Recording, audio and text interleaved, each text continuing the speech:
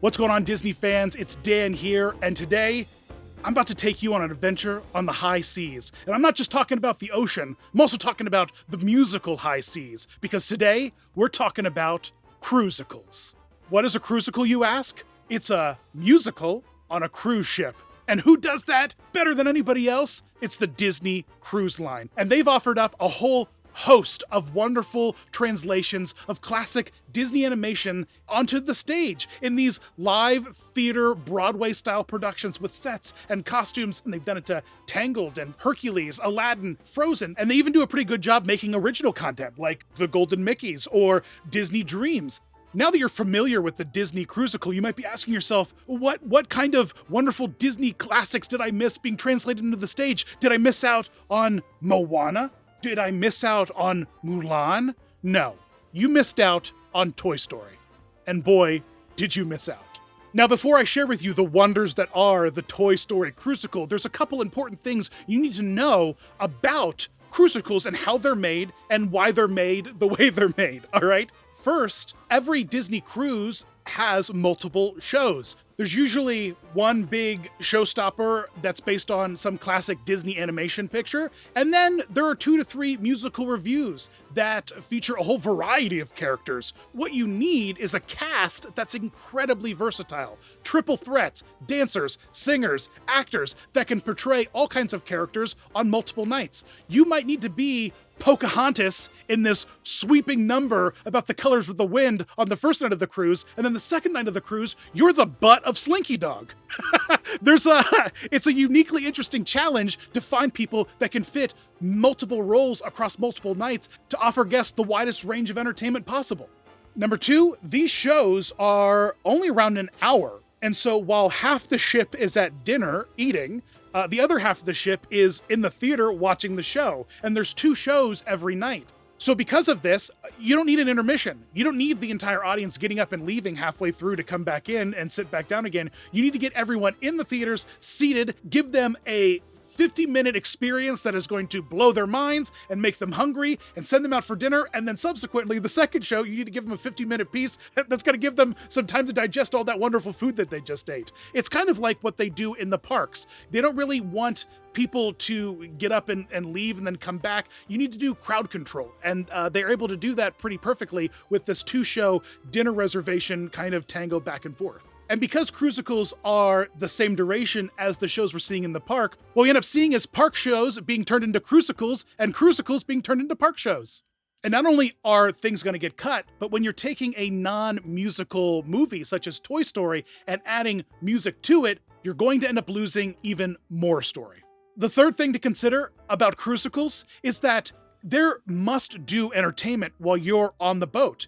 At the parks, you could be on your 5th, 6th, 7th visit and not even have seen half the live entertainment that the resorts have to offer. But on the cruise line, every time that you go, you're going to want to take in everything that they have to offer. In fact, it's almost sort of expected of you. While people are at dinner, you're seeing the show, and then you go to dinner while they see the show. It's something that everyone that's on the boat is going to be experiencing, and then when they come back the next year, they're not going to want to see the same show again. So what you end up having is not just a fleet of Disney Cruise Line ships, but also a fleet of original musical theater entertainment on each of these boats. Each of them have their own unique showstopper pieces to kind of encourage you to get a little variety in your Disney Cruise Life experience and visit other boats and check out other itineraries. Because of the demand for all this variety, the cruise line has to constantly be changing out the entertainment and trying new things, such as Toy Story the Musical.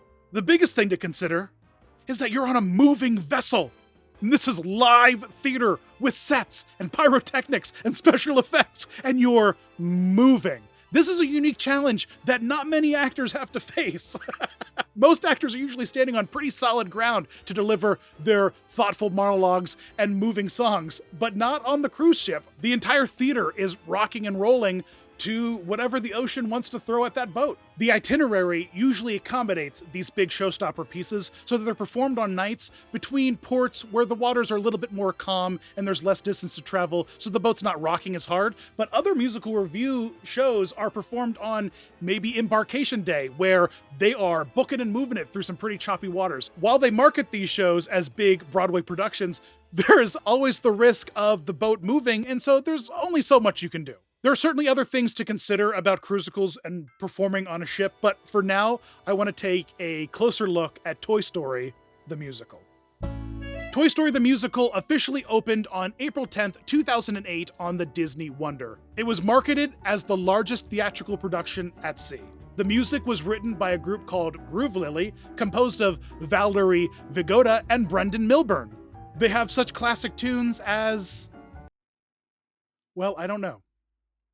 I don't know what classic tunes Groove Lily has. I haven't gone outside today. I mean, they've got an interesting vibe. They look like the group of people that you might find playing at a coffee house, which is very well maybe where Disney found them when they were at a coffee house writing a script. They turn over, there they are, all three of them playing. They shout, play us some Randy Newman, and they did, and they nailed it. And they're like, you're hired. We've got a musical to write about toys that come to life and teach a sadistic kid a lesson. And they're like, we're on board. By the way, we're Groove Lily. And they're just like, rad. Toy Story the Musical replaced Hercules the Musical, which was the original production on the Disney Wonder when it set sail in 1999.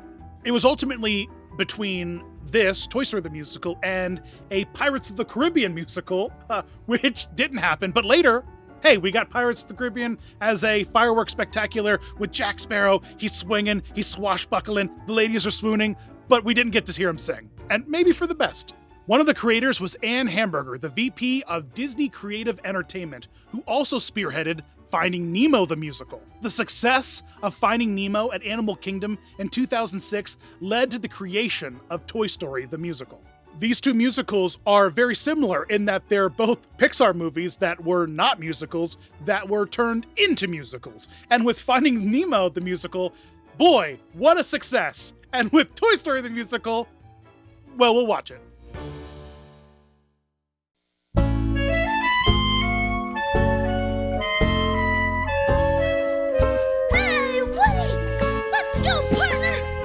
The show starts, of course, with Andy, deep in the throes of puberty, doing a brief product demonstration of all the toys you can find at the gift shop. Andy, put your toys away and come help me get ready for your birthday party.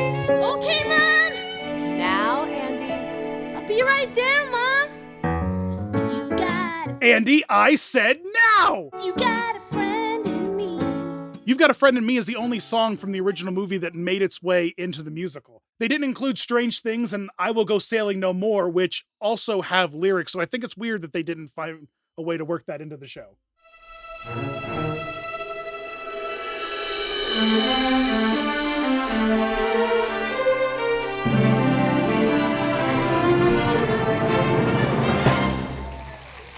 Honey, I shrunk the audience.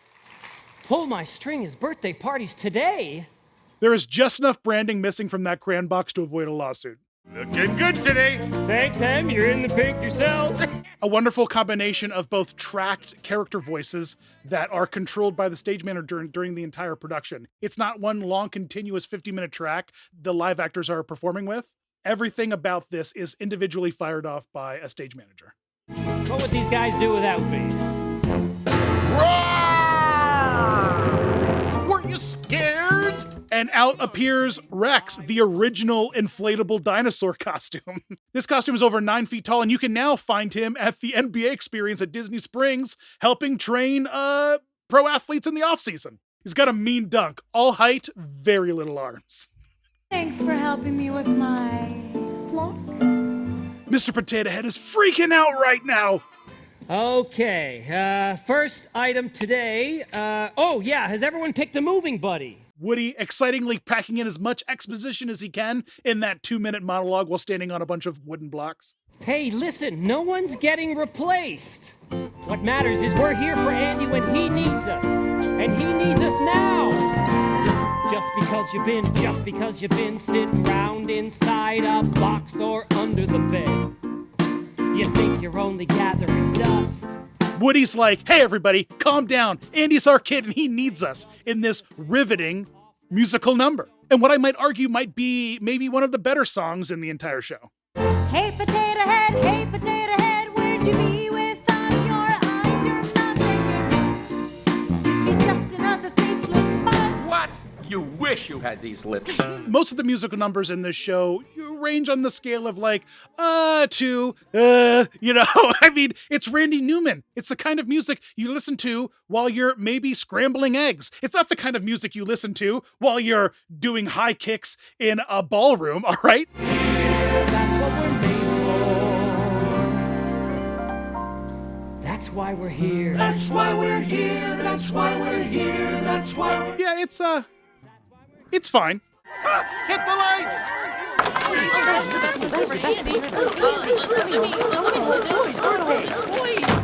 There's some theatrical design that should actually really be celebrated in this. They do a lot of really great things. These costumes are gorgeous. Some of these set pieces are really unique and innovative. And the use of lighting and projection and this backlight screen, you're able to do things like present a horde of children running in for a birthday party. It's kind of fun.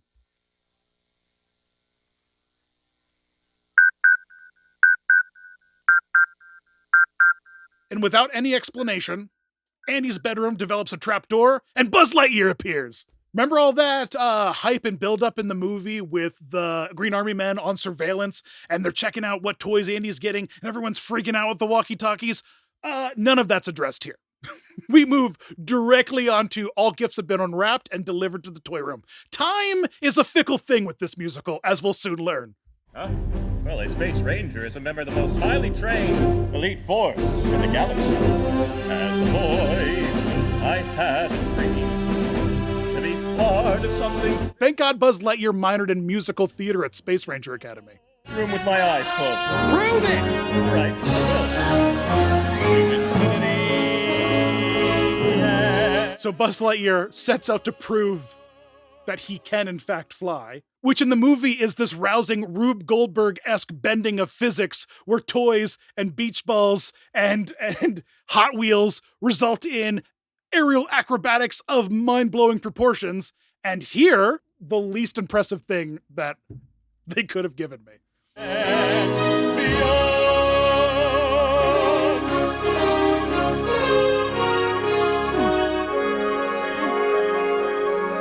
As the stage crew prays to Poseidon, as the actor is hoisted a few feet off the ground. That was falling with style. Ugh. Now go ahead and make sure you unclip his safety harness directly into your mic. Come on, future Space Rangers. Everywhere I turn, I see space rangers and rocket ships. For 2 days now, it's been buzz, buzz, buzz. What do you mean 2 days? It's been like 18 minutes. Andy, where are you? I'm packing, Mom. What do you say to dinner at Pizza Planet? Pizza Planet. Oh, cool. Can I bring a toy? You can bring one toy. Okay, I'll go get Buzz. I'll be right there, Mom. One toy. He didn't have a lot of time reacting to that news before jumping into song. There by the explosion. Trapped. There'll be no time to lose. I don't see anything down there. He's there. Just keep looking. Oh, what was that? Oh, oh, oh, oh. Oh, oh, oh. Oh. Say, what do you got there, Sheriff? Nothing. Whoa! Help! Help! Oh no! Oh no! Buzz! Buzz!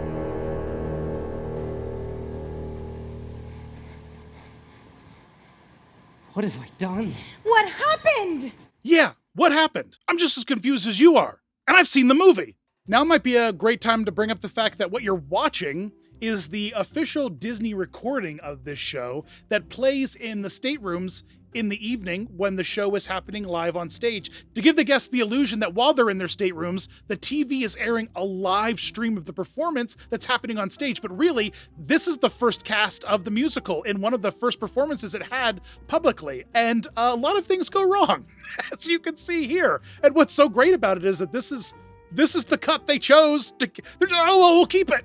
And what they end up doing is playing this every night, twice a night, on every stateroom TV for the 8 years of its duration. And they left in a pretty large mistake that we're going to be seeing here pretty soon. You're gonna push me out too? I don't think we should give him Potato the Head, chance. String him up by his boots. Wait, I can explain everything. Would you boys? Hey, Mom, my toys are playing Kangaroo Court.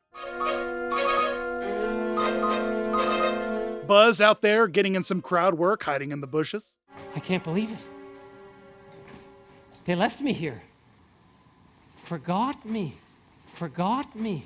Andy will find you here, and then he'll take us back to his place, and then you can tell everybody it was all just a big mistake, right? Here's another example of cramming a 90-minute movie into a 50-minute live theatrical production.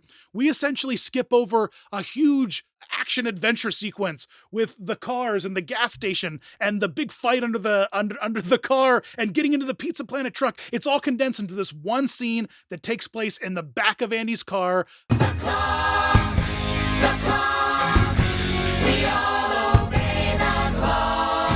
Man, we get inside the claw machine, and this song is pretty catchy. It's pretty trendy. It's fun.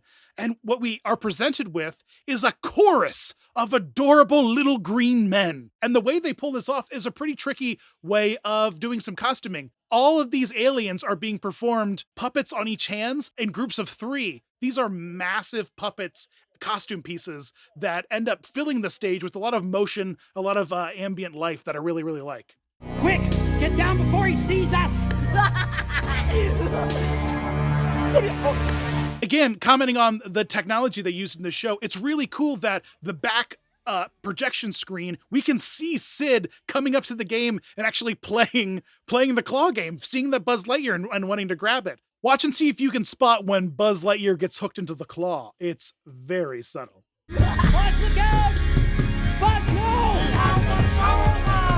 He must go, the misfit bird of the waves. What are you doing? Stop pushing me!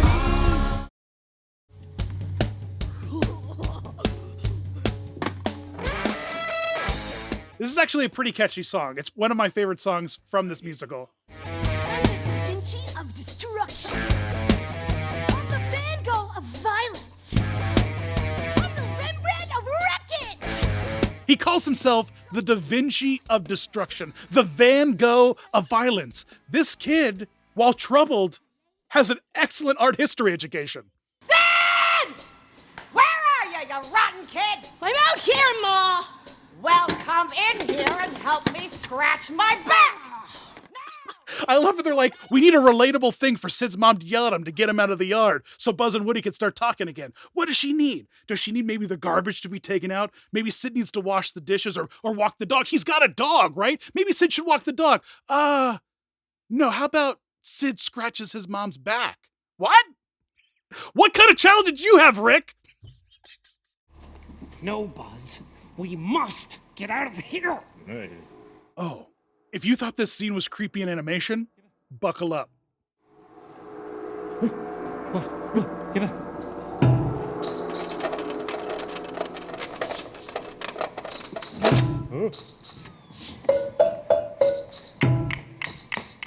Mama.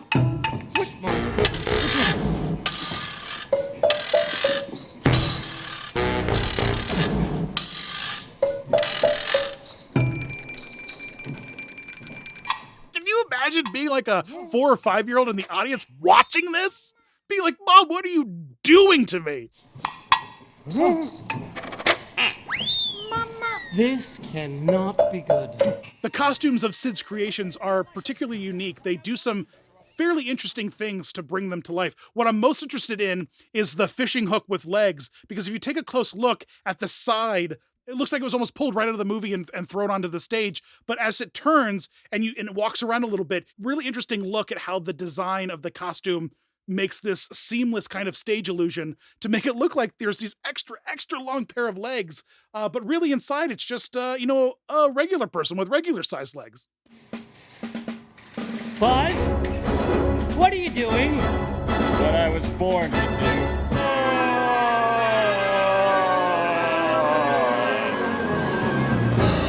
They really get a lot of use out of this milk crate set piece, by the way. They really milk that crate. That's why we're here.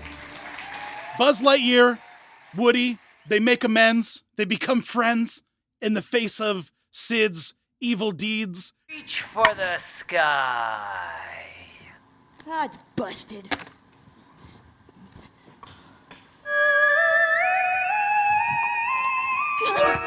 No kid is buying a Woody toy at the end of this show. That is horrifying. Now we're entering Sid's nightmarish dreams. He's shrinking to the size of a toy.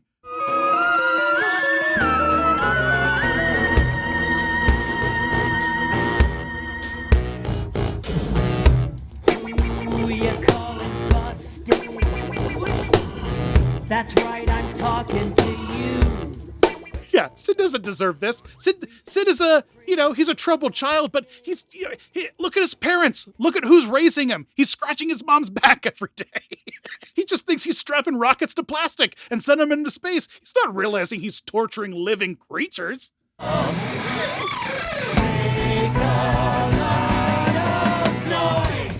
This torture scene makes me think that Woody has learned no lessons. There goes everything I ever loved. And now comes to what is the most important part of the entire Toy Story film, right? It's that triumphant moment where Buzz Lightyear finally flies, and Woody admits that Buzz Lightyear is flying, and Buzz looks back at his good new friend, and he's like, no, buddy, this is falling with style.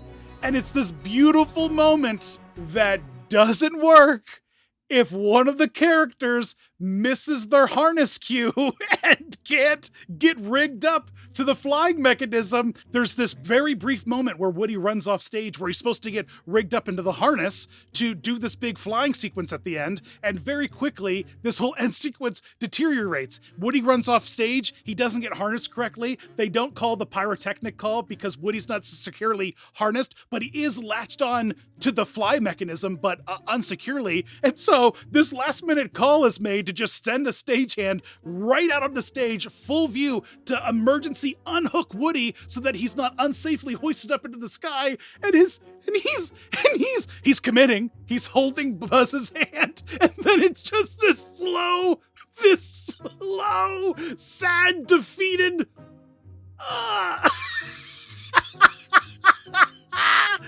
And Buzz Lightyear just flies off by himself, and Woody's like, hey, Buzz, you're flying. And Buzz is like, yeah, I know. And what's the best part? The best part about this massive fluke? That can happen. It's live theater. Anything can happen. The show must go on, right?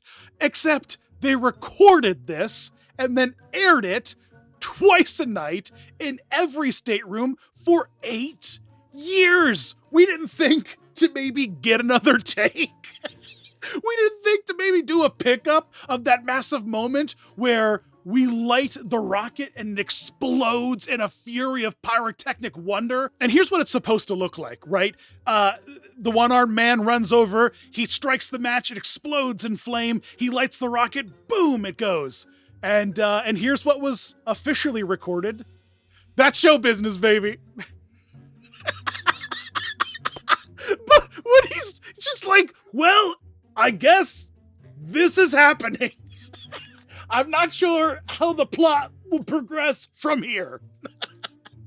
And then Buzz just floats by. Just floats. Because, like, I guess the costume's rigged in a way that through Woody holding him, he can get, like, a little bit of an action pose, which is just completely lost as he just dangles hopelessly.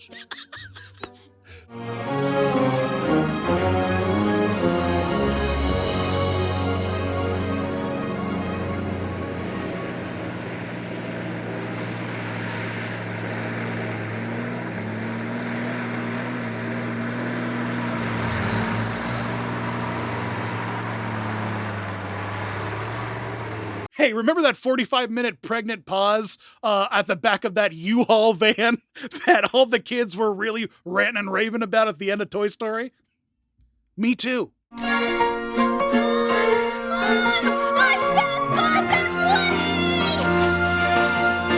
Now they're back. They're at Annie's new place.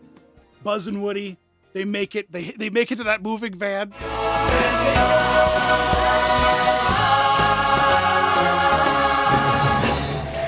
And that is Toy Story the Musical. Toy Story the Musical played for 8 years on the Disney Wonder until it closed in 2016, being replaced by Frozen, a musical spectacular. Speaking of Frozen, a musical spectacular, it was the show that ended up replacing Aladdin at the Hyperion at Disney's California Adventure. Interestingly enough, there was another show slated to replace Aladdin at the Hyperion, and that was Toy Story the Musical. In 2010, they announced that Toy Story the Musical was on its way to the parks. We had just gotten Toy Story Midway Mania opening. Toy Story was just theme park magic sauce at this point, and they were just trying to throw it everywhere they could. And the response to the announcement that Toy Story was going to come in and get rid of Aladdin after the parks have already been saturated with Toy Story attractions was not good. People came out in force and very vocally opposed anything happening to Aladdin the Musical, which was beloved by locals. Josh says, quote, "I'm really sick of Disney making all these rides and shows based off Pixar movies, instead of just using their brains and designing rides that are original and not rides that are based off of Pixar movies. It's really annoying." Steven says, quote, "I feel like a bit of me just died. Aladdin was an amazing show that always kept it fresh and new with the genie's pop culture jokes. There's already too much Toy Story at the parks with Buzz Lightyear Astro Blasters and Midway Mania." Disney listened and they kept it. And Aladdin ended up running for quite a long time, ultimately being replaced by Frozen, a musical spectacular. So Frozen took out Toy Story in multiple ways, both in the parks and on the cruise ship, which I think is pretty fascinating.